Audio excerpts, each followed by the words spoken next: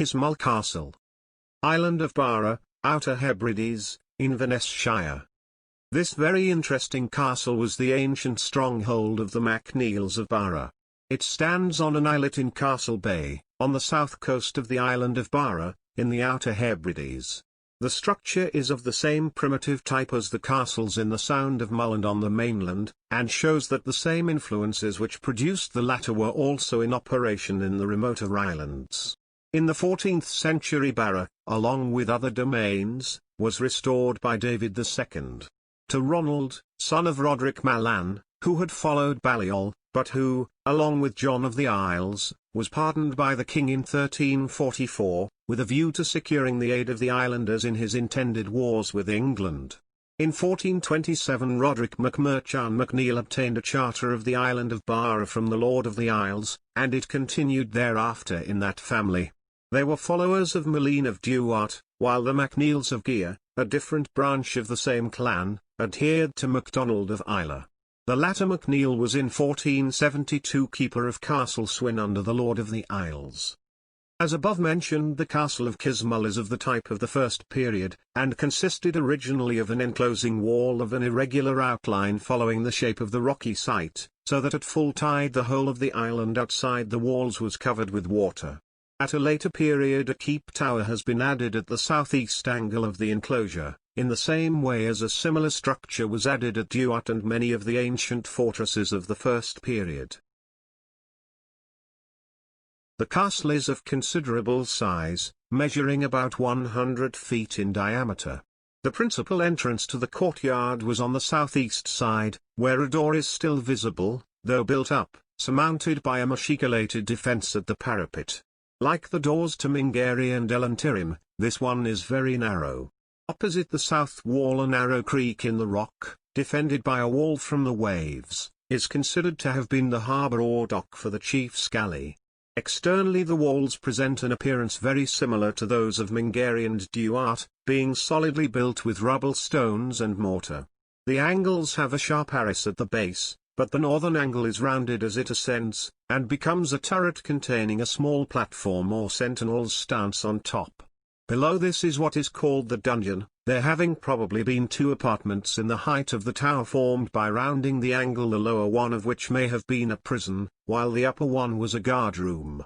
The stones which covered the platform or roof of the latter still partly exist. A ruined stair leads to the upper chamber and the sentinel's stance.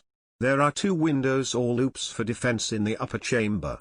The walls of the enceinte are 4 feet in thickness on the north and west, and 7 feet thick on the east side, which is nearest the land, and about 50 feet in height.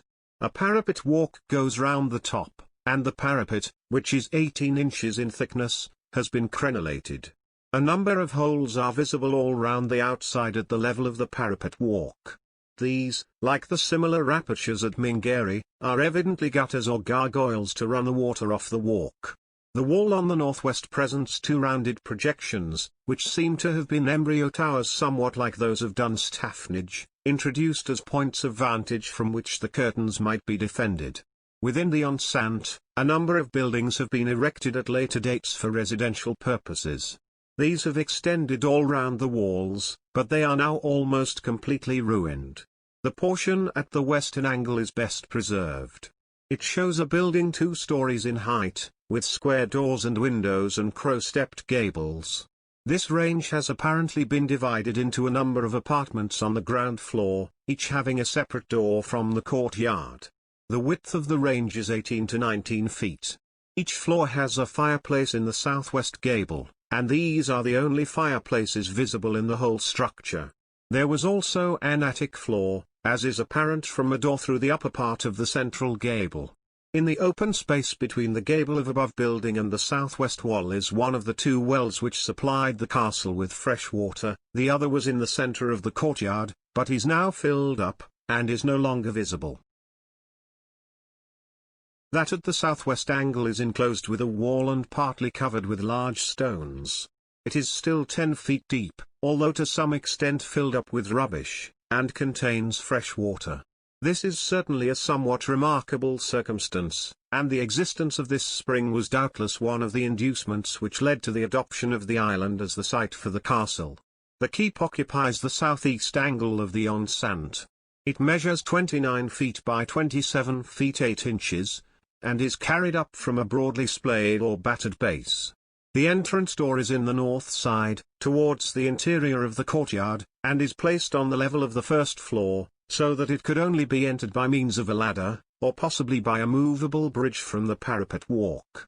There are remains of 2 stone stairs which led up to this door from the courtyard, but these are doubtless additions of a much later date. From the first or entrance floor, a stair, 3 feet 3 inches wide, runs up in the thickness of the wall to the second floor, whence it is continued to the third or top floor. A similar stair descends in the thickness of the wall to the basement, but it is now choked with rubbish. The walls are 6 feet in thickness, and have been pierced with 2 loops on the ground floor. On the first floor there are 2 recesses, 7 feet high, with small windows, and larger arched openings at the stair landings. Very few and small window openings are now visible externally.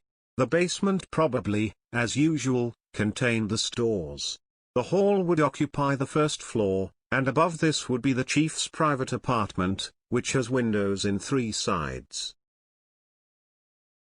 The gutter holes, which were formed at the level of the original parapet, with their dripstones, are still observable, but the parapet has been raised at a subsequent date so as to provide an additional story.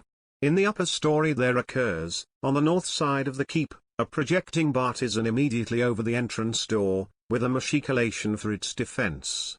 A similar bartizan, as already noticed, is placed at the parapet of the wall of enceinte adjoining the northeast angle of the keep, for the protection of the entrance which existed in the rounded angle of the wall at this point. The doorway would also in this position be masked and protected by the keep. It is observable that the angles of the enceinte have been raised higher than the curtains, but they do not form projecting bartizans.